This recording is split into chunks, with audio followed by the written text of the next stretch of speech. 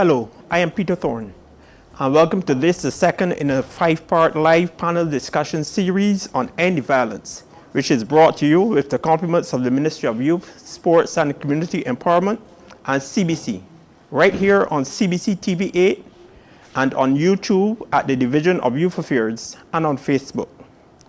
This hour-long program will discuss a series of 5 short films which were first premiered at the Olympus Theatres on November 8, 2022, as part of the Ministry of Youth, Sports and Community Empowerment's Anti-Violence Initiative. The format consists of the showing of one short film each week, which will then be discussed by our esteemed panel before we invite you to call us and share your valued thoughts and perspectives about how to get rid of the menace of violence from our landscape. Last week, we weren't able to facilitate calls, for which we tender an unqualified apology. But we'll be trying again this week to hear your views on this issue of violence plaguing our society. Last week, we focused on domestic violence as we viewed the first short film titled The Scream. This week, we'll be focusing on gender and symbolic, same difference, another short film. But before we do so, let me introduce our panel. I have on my right Sharon Rhodes Gittins. She's president of the Barbados Association of Professional Social Workers. Thanks for coming back. Yep, it's definitely look forward to being back again and talking through this particular episode with the fellow panelists. And first timer for this series, Mr. Ronald Trim, youth advocate. Good afternoon, Peter, and thanks for having me. A pleasure to be here. And we also have back again Shaquani Hunt, executive member of the Barbados Youth Development Council. Thank you very much for having me again, Peter. It's a pleasure to be here. No problem, and we'll be back after the break.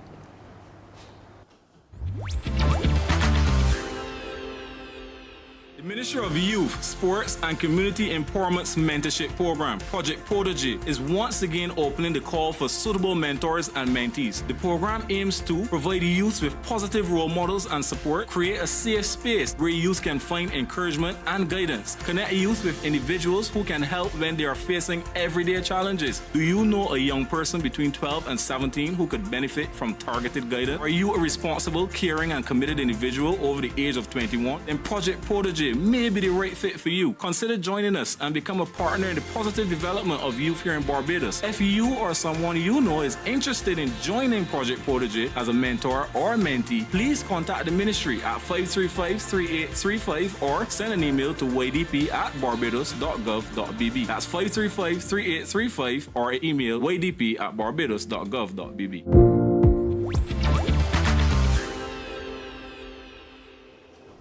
Welcome back to the Anti-Violence program. Last week, I asked Sharon and Shaquani to share their perspectives and their views as to why they got involved in the Anti-Violence Initiative.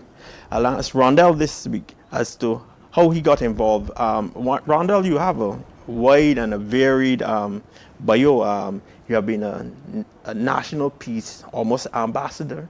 You have been involved in youth work. You've been involved in, you have done a degree at the University of the West Indies. I guess you can bring the economics of violence to this perspective. And you also are advocate for several groups throughout the island. Share your thoughts. Yes, please. So I guess throughout my life, I've been involved in several organizations, such as the Barbados National Youth Parliament, the Barbados Childhood Obesity Prevention Coalition, who deals with curbing obesity amongst children in Barbados. I've served on the Barbados Boy Scouts Association, where I'm still an avid member, and I currently work as a program manager within the National Peace Program, and I also do consultations with the Ministry of Youth as well.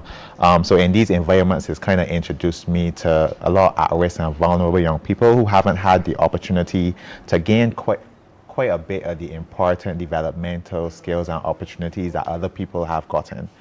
Due to this and the fact of the matter that I've had the privilege to obtain a lot of these opportunities, I guess through the school that I went to, through my parents, and just a lot of the spaces that I've been in, I try my best to allow my peers to get these opportunities as well. And it kind of shows in the organizations that I work with and my professional career as well. Anything that triggered you to get involved with the Andy Violence Initiative? Living in the communities that I have lived in, I understand how violence impacts individuals, how it impacts families, and it impacts communities as well. So I always just try my best to do things to assist. Similar to my bio, my motto to any situation is how I can help, and that manifests in my life. Okay, well, you seem to be a jack of all trades, and I hope that you're a master of many. I hope so as well. Well, we'll now be viewing the featured short film on gender and symbolic, same difference. So sit back, enjoy, and relax.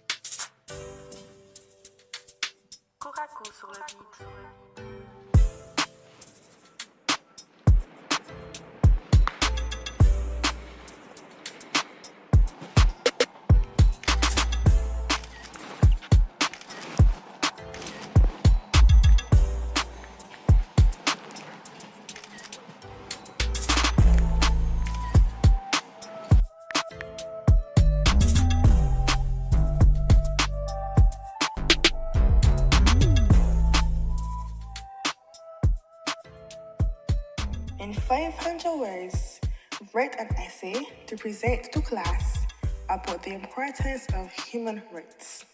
Describe why it is important for today's youth as 21st century citizens to understand the importance of human rights in their society. This essay seems real easy though, but how am I gonna write this? How am I gonna approach this? Let me go and see what online says about human rights.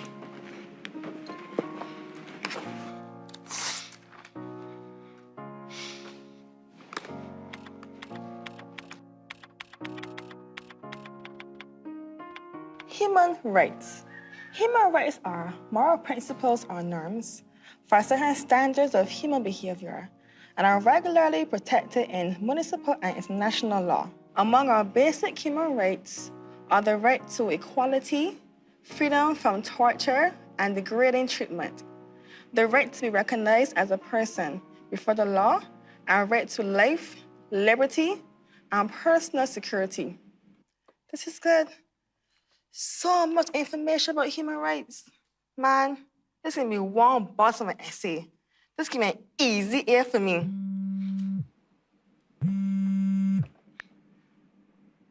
Hello?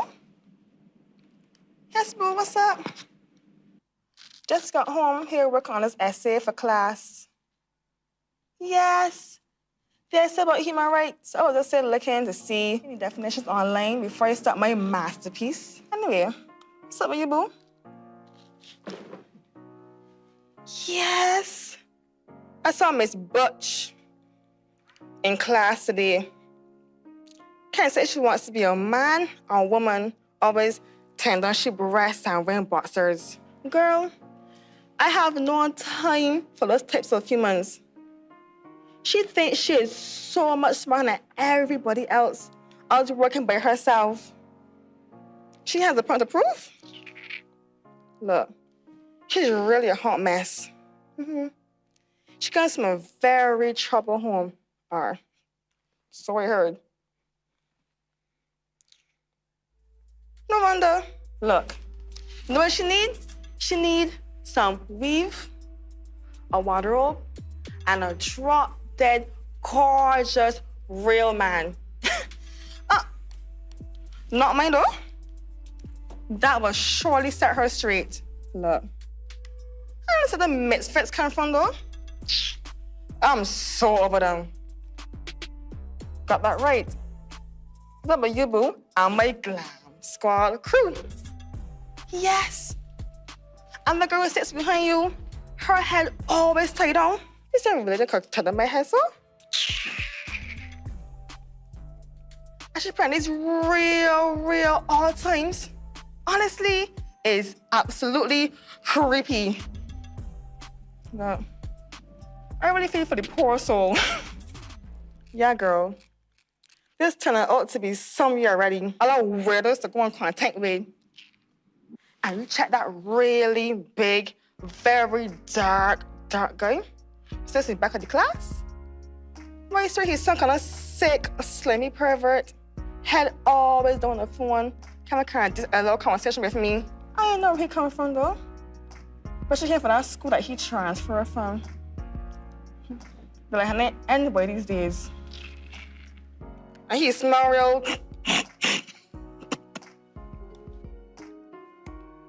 How you mean I make them feel bad? What did I do? Wait, it's my fault that I don't fit in? Look, let me behave myself here. Anyway, what's up with you? You planning the midterm party already? Wait, where we going? Yes! That sounds like a great plan, girl. We got so much stuff we're going to discuss. Yes! Look, I have my friend this essay, so I'll talk to you later, all right? All right, see you later. All right, boo. Bye-bye. Let me send this to my phone so I can practice this masterpiece.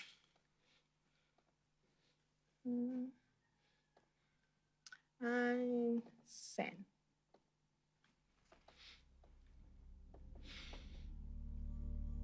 Got it.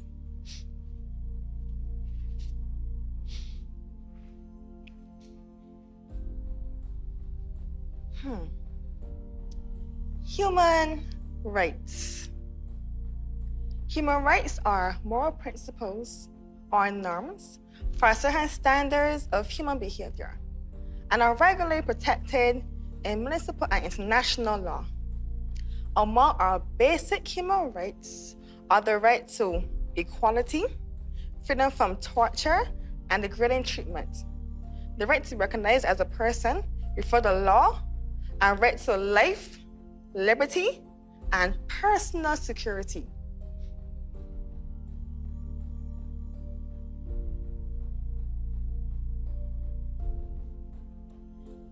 Among our basic human rights are the right to equality, freedom from torture and degrading treatment,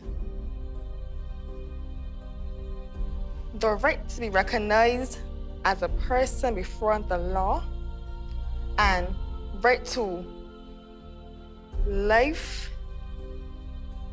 liberty,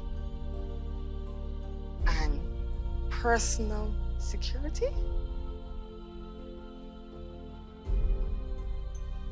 Is this what human rights are all about?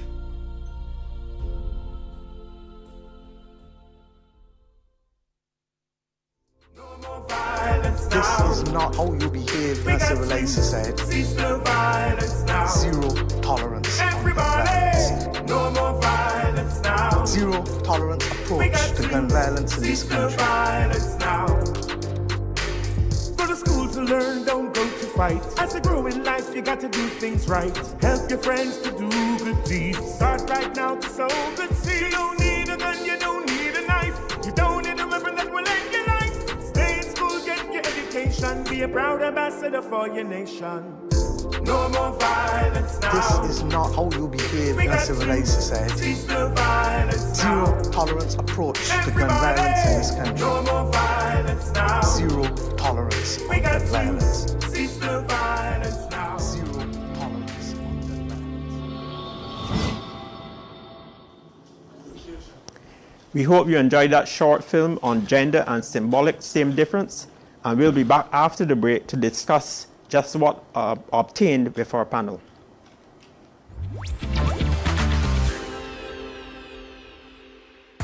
Any violence, verbal and physical aspects. Any violence, sexual abuse and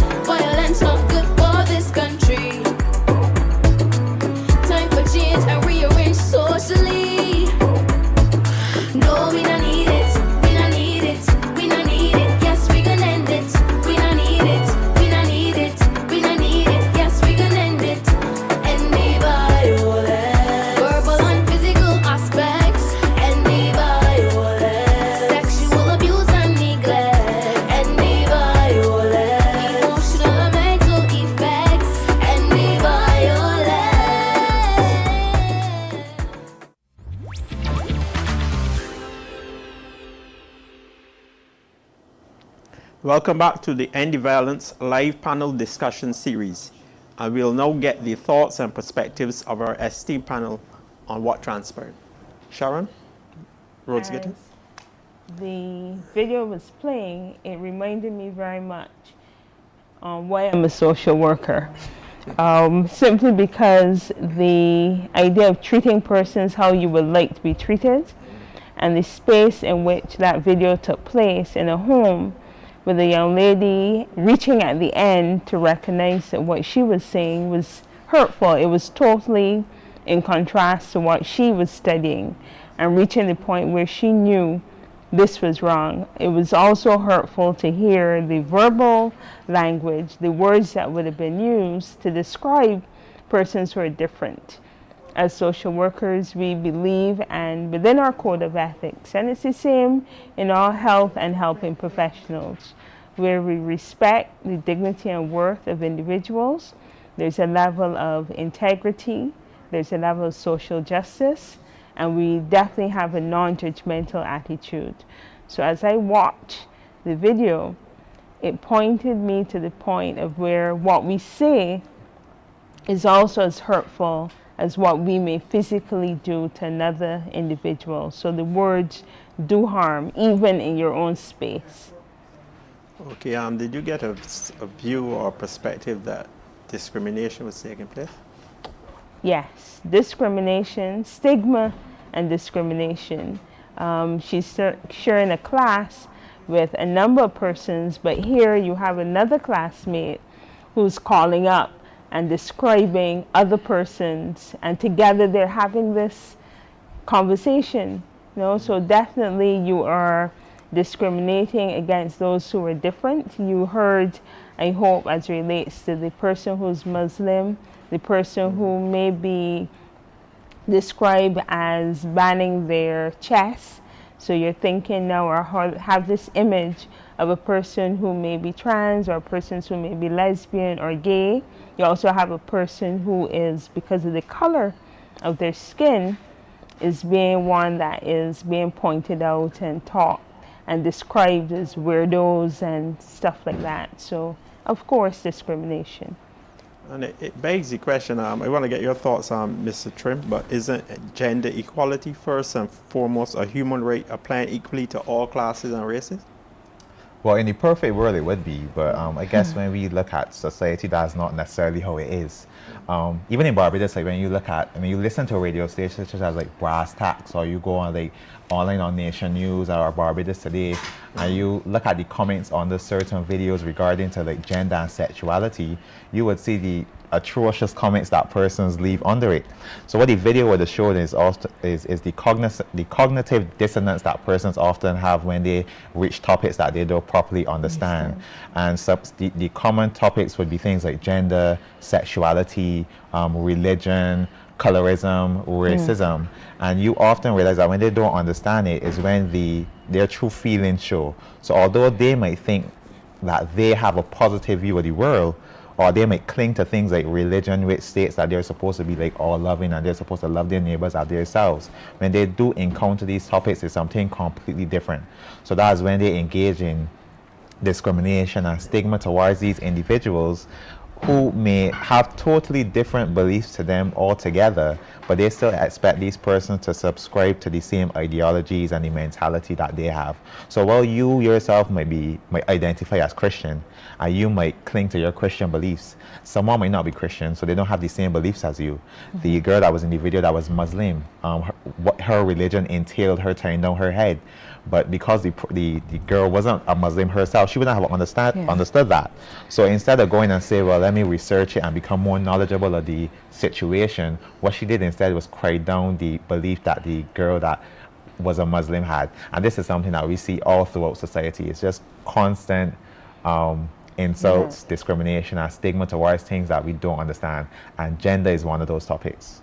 I want to throw out something. Shakwani, I want to get your thoughts, but I would posit, or some people will posit, a suggestion that gender equality, apart from being a fundamental human right, is the key to achieving a peaceful society with full human potential and sustainable development. Your thoughts?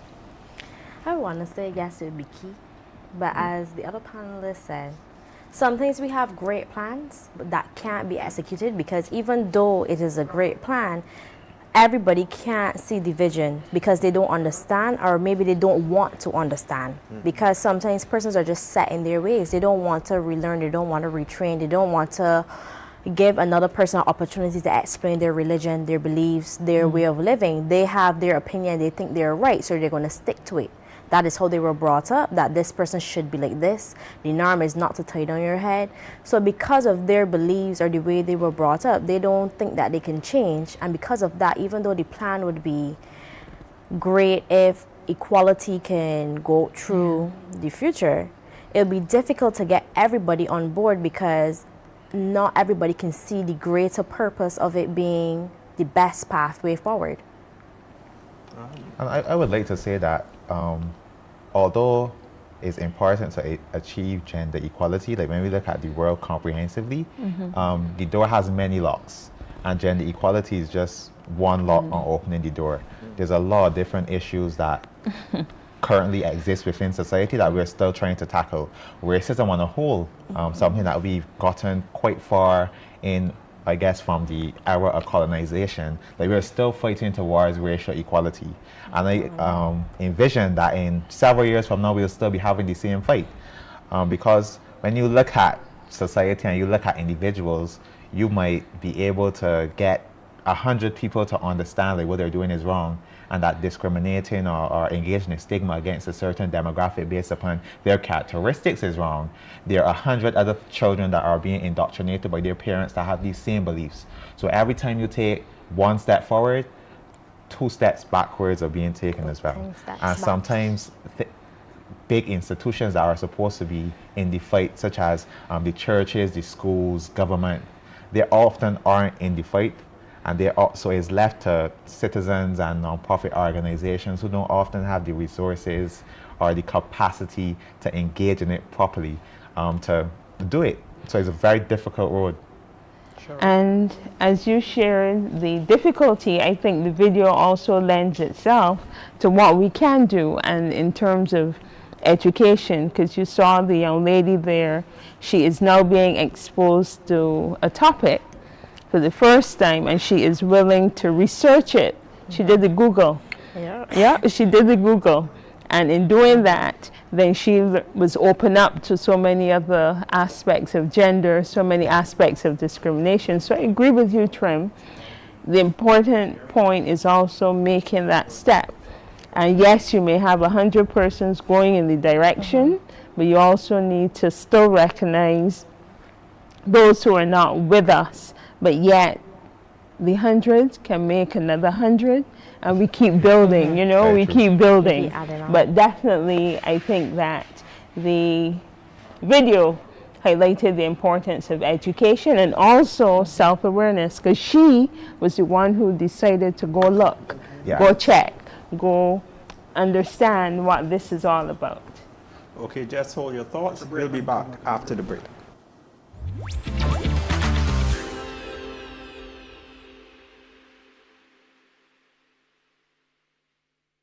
When I feel lost and directionless, placed under immense pressure to decide what my future will be and what my success will look like. These emotions aren't unique to me. Many of us suffer with these feelings. It is, however, important that we reach out, talk to someone. Make connections. Asking for help doesn't make you weak. It's one of the bravest and hardest things you'll ever have to do. We are not alone. We're stronger than we think. This message is brought to you by the Youth Support Hotline, Ministry of Youth, Sports, and Community Empowerment. Call 539-HELP. That's 539-4357.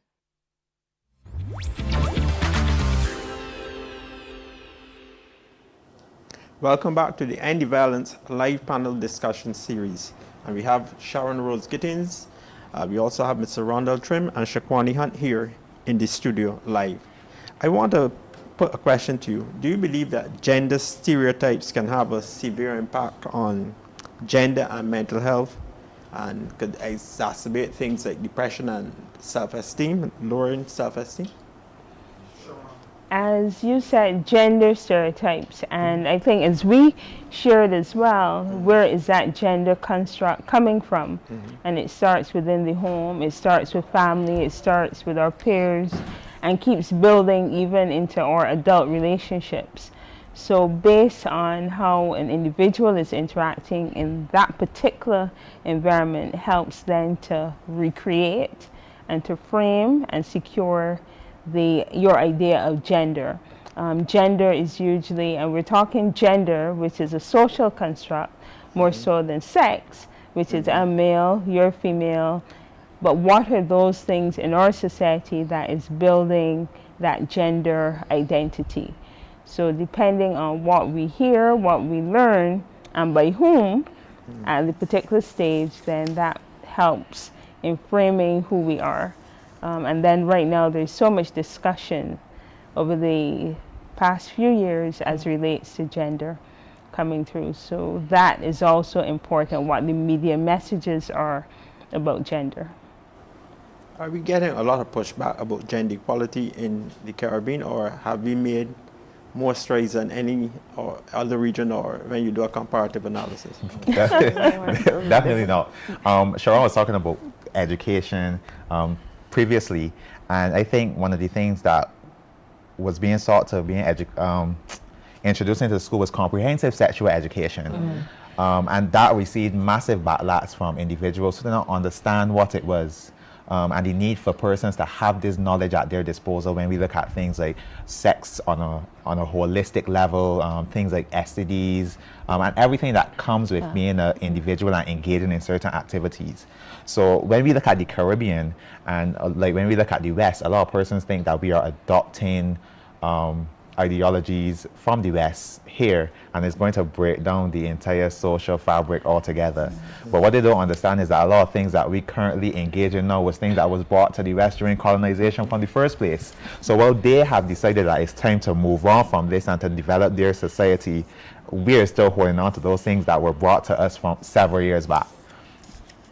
An example of that, actually, in the video, where you recognize here is this young lady, and as women, we look at our faces. Definitely. It's the focus of our face, how it's made up, how it's presented, and then we proceed to do a selfie of our face. We don't do a selfie of our knee or foot or whatever. It's the face that basically drives that discussion. But as Shaquan was going to add, go ahead. What I will say is that I do agree that we need to have more education within the schools, but it is how we do it.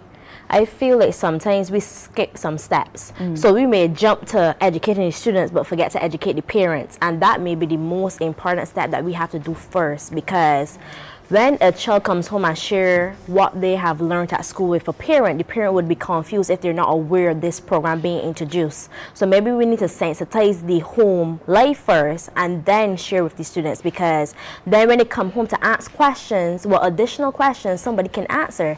Because you're sharing this information to children, but then when they get home, they have parents who are not exposed, who do not know, who will tell them, don't listen to that foolishness. They don't know what they're talking about. So then it's counterproductive. So we need to do two types of education: the students, the children, and the parents. Because even though it seems like they're adults, they should know, a lot of people really don't know. We assume that people know and they can Google it and they can understand it by themselves. But when we really look at it, when we see the comments online, we're able to see that they don't understand what they're talking about, that the comments they're leaving on the posts are so unrelated to the topic itself, that they're just jumping up from one bandwagon to the next. So in cases like that, maybe we need to educate the parents and the wider Barbados and then come back to the children, because then they have somebody to turn to ask additional questions. Because you made a statement, you asked a question about how it affects mental health. Through this year and last year, we saw all the issues with children, young adults, older people tackling mental health. And one of the things I keep saying, we need to get more counselors in the school, more social workers in the school, because people need persons to turn to. When you think about a school that has 1,000 students, 2 counselors may not be enough. When they're going to get to talk to everybody, how can they recognize that a child is having a problem at school? Who do they turn to? If a problem is raised at home, who do they speak to? So all those little problems, if we could increase, that means we need to get more people studying social work. Oh yeah, and I want to say something really important. One of the main reasons that I would have joined the sphere of like gender and sexuality is I remember when I was a small boy, I was probably around 4 or 5, walking through the community. My voice was high at that age. People used to tell me that I used to walk like a girl, but at that age I had no idea what was going on. Like, I was still in my developmental years. Like, I was just in primary school, playing with toys, going outside and running about. And it was the adults that used to tell me the most vile things in regards to like how I used to talk. And these weren't my parents. These were strangers to me. So imagine living in a household with these persons who are telling you these things and thinking what you have to do in order to conform to what who you're supposed to be as a boy or a girl. And when we talk about the community and how the community is supposed to envelop you in love and help you to grow into an adult that's a productive citizen, how these harmful words and this harmful rhetoric really impacts you. Because even now I still struggle with a lot of like self-confidence issues and anxiety because I've had several years of persons telling me horrible things. So when we look at this and then we look at mental health and the impact that it has on your mental health, luckily for me, I had a very loving household and I had friends that could support me, but everyone doesn't have that support system around them. So for example, the girl in the video that was tying her chest down, who knows what she was suffering with or the support system that she has. And then when we were back even further in like last year when we were struggling with suicides, persons, I guess, being admitted to the psychiatric hospital, you would understand the detrimental ramifications of what persons are saying to these individuals are, and they aren't aware of them. So when persons are online and when they're going to brass tacks and they insult the LGBTQ community or they insult things that they don't know, they hold no regard for what the trauma that they're placing on individuals. So mental health in Barbados, although we speak about it, is a joke. You spoke, Shakwani, about parenting. I understand, but you would have known that Barbados would have been at the forefront of many educational programs for parents. I also have been reliably told that the Ministry of Youth, Sports and Community Empowerment is in the forefront, also in the vanguard from 2022 to 2023, and is looking to expand similar programs. Do you believe they are having the desired outcome, or people are becoming parents at too young an age? Well, we have children raising children. I know a lot of people know that term, children raising children, and that is the reality. I encountered a young couple who just had a baby. They're both around 17. And I remember me and my mother, we witnessed them doing something. It wasn't wrong, but they didn't know. So when we witnessed it, we asked them if they know what was the amount of formula they're putting in the water for the tea. And they said, well, when you're putting 2 scoops to the 8-ounce bottle. I said, no. You have to read the instructions. They said, well, somebody told them to do the 2 scoops. I said, but that's when you were doing a 2-ounce bottle. So something as simple as that, it may not seem like a big issue, but in reality, it is a big issue because they didn't know. They didn't know who to ask. And because somebody told them in the beginning, they didn't really realize that that is something they gotta consistently educate themselves about. And I think we need to do more because we can see the ratio of how many young people are having children, and by that effect, we can see how much children raising children. That means that you know how many people are going to the hospital, how many people are going to clinics. That means Paradise needs to target the clinics. It needs to target the parents coming home. I know my friend, she had a baby in Texas, and the first day that child came home, the nurse called. There was a parenting session every single week at 6 p.m. to 7 p.m. that she had to attend. It was mandatory. It was a group session. They educated her about the baby. They educated her about parenting. They educated her about how to get help for the child, where she can get help. So things like that, even though it doesn't seem like it helps a lot, but it was a mandatory meeting that she had to attend, or not somebody would come and assess if she is capable of raising a child. Because I find we have a lot of children who are struggling, who are being placed in positions where they need to be removed, and we're not taking action fast enough. And because of that, we have children going to school without meals. Children at school, we're saying, oh, they're troublemakers. But really and truly, I told somebody a child doesn't act out for no reason. They're acting out because of something. So we need to realize or recognize what is the problem and then try to fix it. Luckily, the National Peace Program has partnered with numerous organizations to roll out some parenting initiatives in the upcoming months. Yeah. One of them is Parados, as Peter would have said, and one of them is the Barbados Association of Professional Social Workers, the Amar Empowerment Network, Men's Empowerment Network, and other organizations as well. I remember I saw Bar and Justice advertising the classes, and I reached out to them and said, let me know when your classes are starting back, because I have a couple young people that I want sent to your classes, because I believe if you see something, you can say something, you can help somebody. And we need to get more people with that community vibe where you want to help raise children as a community again. Yeah, so luckily alongside the Ministry of Youth, the National Peace Program will have a few parenting programs coming up shortly. Your social program, your parenting program. Yeah, our parenting program, as would have shared by Ronald, is going to be part of that. So what we're doing and what we're proposing is that we also look at our young people and how they're going to school or not going to school, and what's the backstory, what's impacting on their behavior within the school system. So you can listen out, definitely watch out for those programs, and in partnership. So it's not just a one stop or one individual working on it in terms of Parados, but it really would be a collective within our society working with our parents. Okay, we are going to take a short break and we'll be back in just a moment.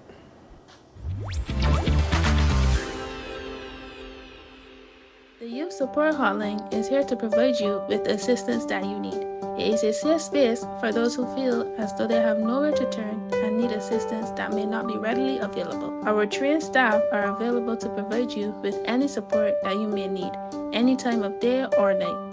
Our lines are open 24 hours a day, 7 days a week. This support takes the form of qualified psychiatrists and other key mental health and wellness bodies here in Barbados. You don't have to suffer in silence. Any that you may be facing, big or small, we are here to support you. If you or someone you know needs support and are unsure about where to turn, call 539-HELP.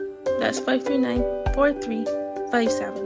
This message is brought to you by the Youth Support Hotline, Ministry of Youth, Sports and Community Empowerment. Call 539-HELP. That's 539-4357.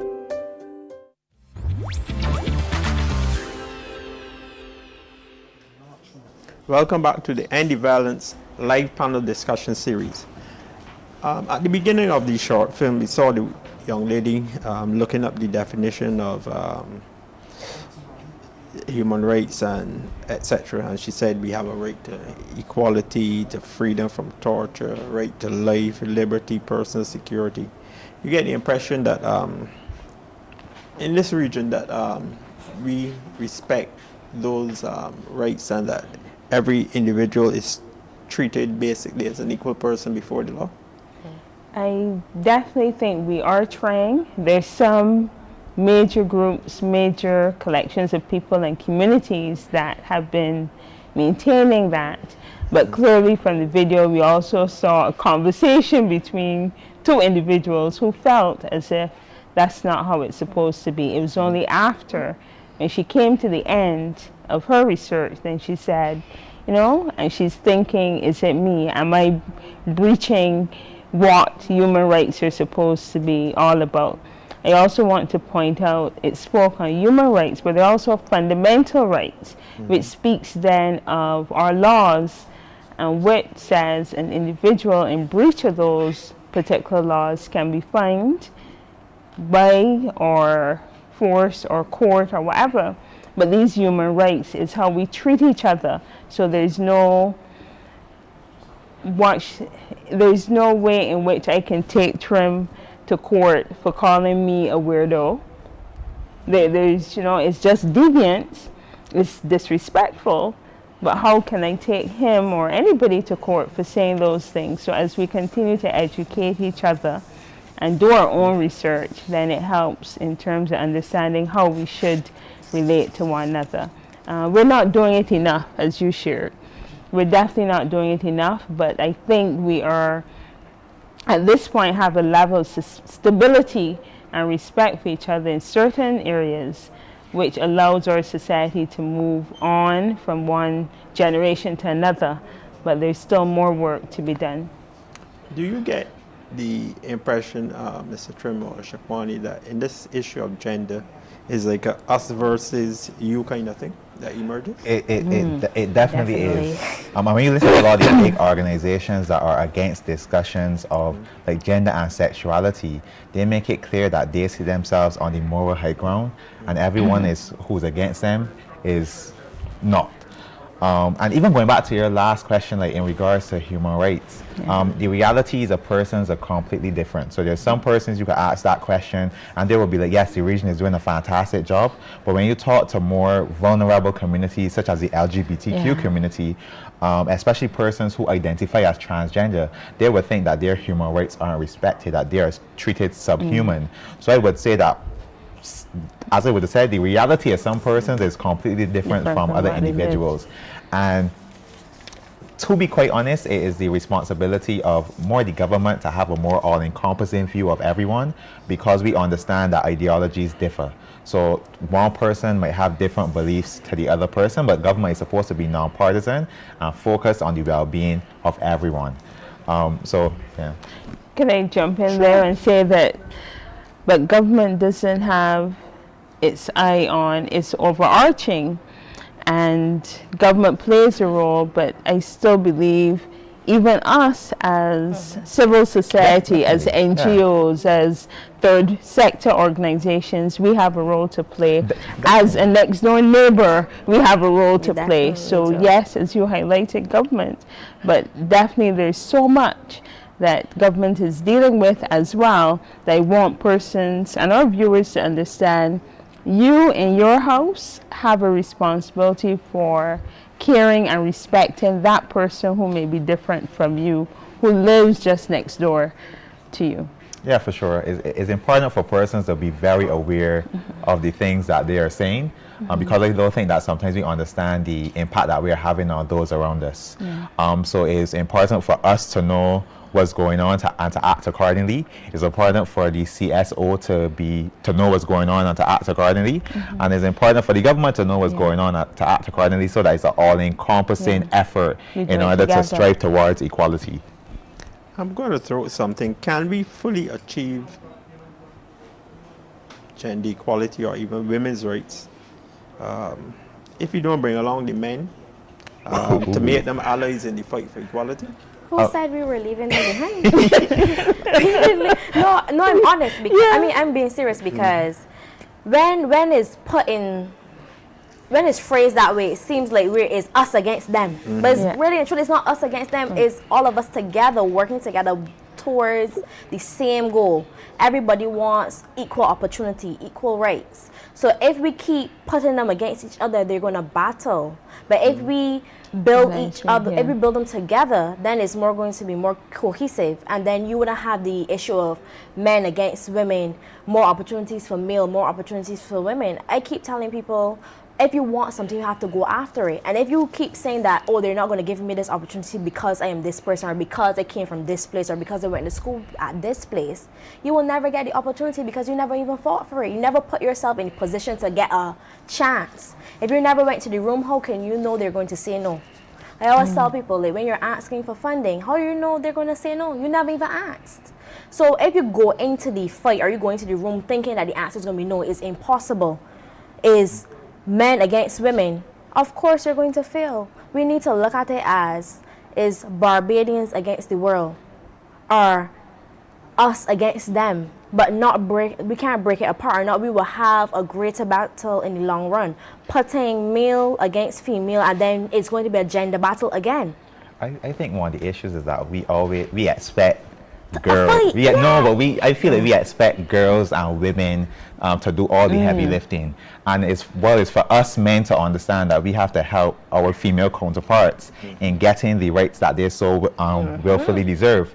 So for example, I would have founded an organization called the Developmental Project, which is supposed to kind of redefine masculinity, so that men understand that you're allowed to be a man and express your masculinity positively. And I would just like to say that when I told persons that the organization was seeking to redefine masculinity, they were appalled. Like, it was almost like a sort of anger towards the phrase. And this is because masculinity is such a strong social construct that when persons hear that you're trying to change it, that they get angry at it. But the reality of the matter is then the next day you're then going to complain that men are too angry, or that they don't understand consent, or they're bad in relationships, or they can't process emotions. But then when persons come and say that we want to change this and we want to help them, is aversion. You remember when we spoke earlier about people don't understand change. They don't understand the term masculinity and what it really means. So in their mind, oh, you're taking away the man part. That's what they're thinking. They think that you're taking away something when you're really adding. You're adding to it. Yeah. You're making them more aware of themselves, making them be able to express themselves in a more positive way. They think that is a agenda to emasculate men, when it's not that. The agenda really is just to make better men. Exactly. Interesting. Not saying that. Okay, we are going to. That's what. We're going to take a short break, and we'll be back in just a moment.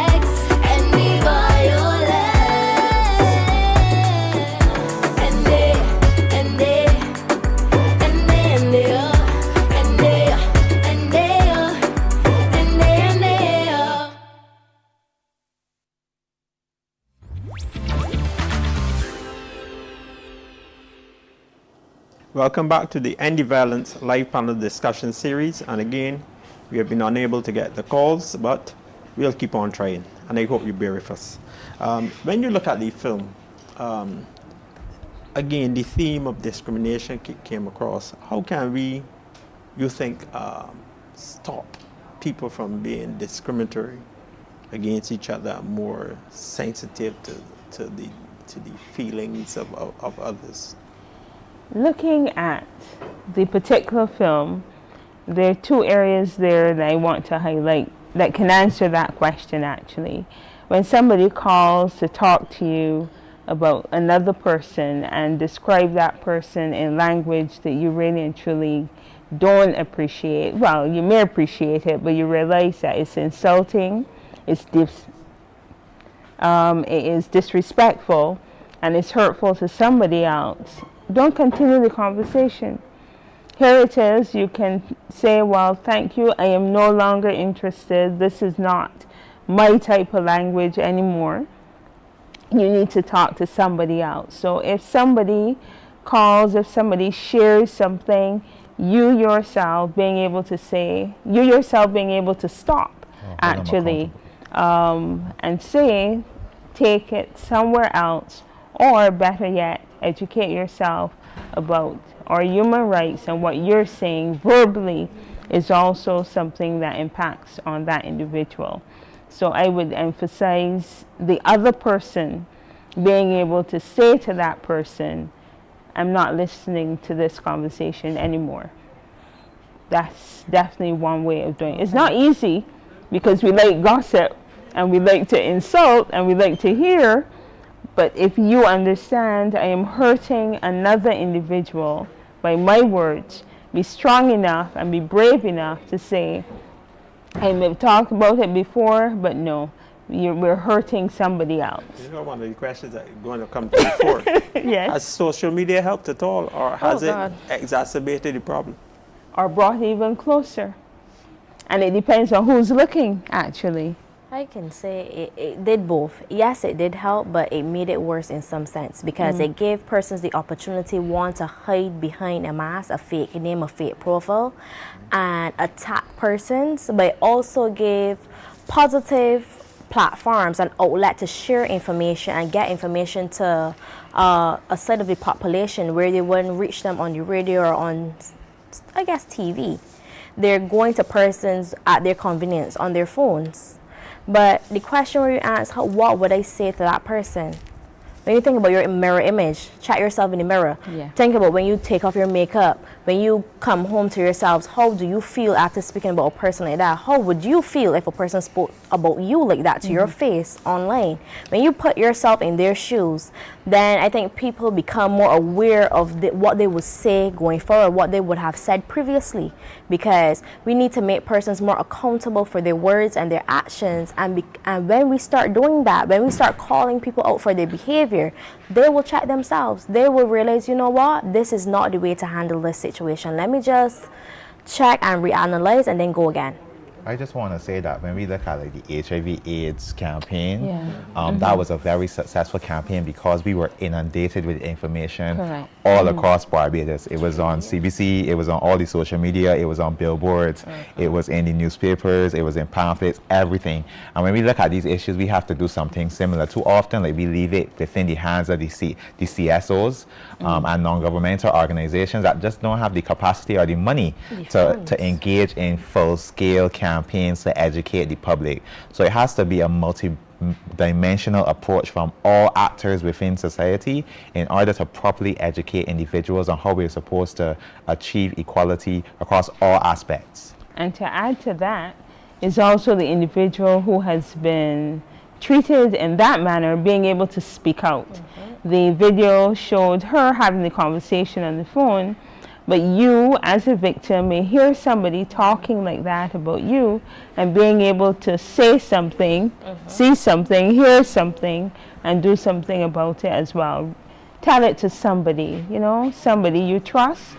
There are social workers in schools, along with the guidance counselors, if it's a school organization, even guidance counselors at SJPI, BCC has counselors. If you are being mistreated, tell somebody, and somebody who you can trust. Not just a peer, because that's just a conversation. You want this behavior to stop. Okay, I want to posit one final thing. In terms of gender-based violence, we believe it should be evidence-based, where people can see the human within the policy framework. Isn't it not there? In some terms of argue that it's not. Oh, because when I think of the Domestic Violence Act, and we have revised that act, so it does include that element of human rights within. So I think it's just, again, greater awareness of what we have in terms of, as a society, to end gender-based violence, given the language that's being spoken right now. Okay, I think we had a very interesting discussion. I'm going to give you each 30 seconds to wrap up quickly. Shakwani? What I want persons to remember is just remember, look at yourself, your mirror image. What you want people to say to you, remember, do unto others. I just have to tell people to treat others how they want to be treated themselves. Why were you looking into my brain, sir? I was going to say the same thing. Treat others as you would like to be treated, but first know how you want to be treated. Okay, this week you heard from Shakwani Hunt from the Barbados Youth Development Council. She's an executive member. You also heard from Youth Advocate, Mr. Ronald Trim. And you heard from Sharon Rose Gittins. She's the president of the Barbados Association of Professional Social Workers. And this week you watched the second in a 5-part live panel discussion series on anti-violence right here on CBC TV 8 in partnership with the Ministry of Youth, Sports and Community Empowerment. We reviewed the short film on gender and symbolic, same difference. Next week, you'll be viewing another short film as we continue our anti-violence panel discussion series right here on TV8 and on YouTube at the Division of Youth Affairs and on Facebook. Remember, this program is also repeated on Thursdays on CBC TV8 at 9:03 p.m. So I'd like to thank you and our esteemed panel for joining us. And you can join us again next week as we have another program of anti-violence. Have a great day. The Youth Support Hotline is here to provide you with the assistance that you need. It is a safe space for those who feel as though they have nowhere to turn and need assistance that may not be readily available. Our trained staff are available to provide you with any support that you may need, any time of day or night. Our lines are open 24 hours a day, 7 days a week. This support takes the form of qualified psychiatrists and other key mental health and wellness bodies here in Barbados. You don't have to suffer in silence. Any challenge that you may be facing, big or small, we are here to support you. If you or someone you know needs support and are unsure about where to turn, call 539-HELP. That's 539-4357. This message is brought to you by the Youth Support Hotline, Ministry of Youth, Sports and Community Empowerment. Call 539-HELP. That's 539-4357. Verbal and physical aspect.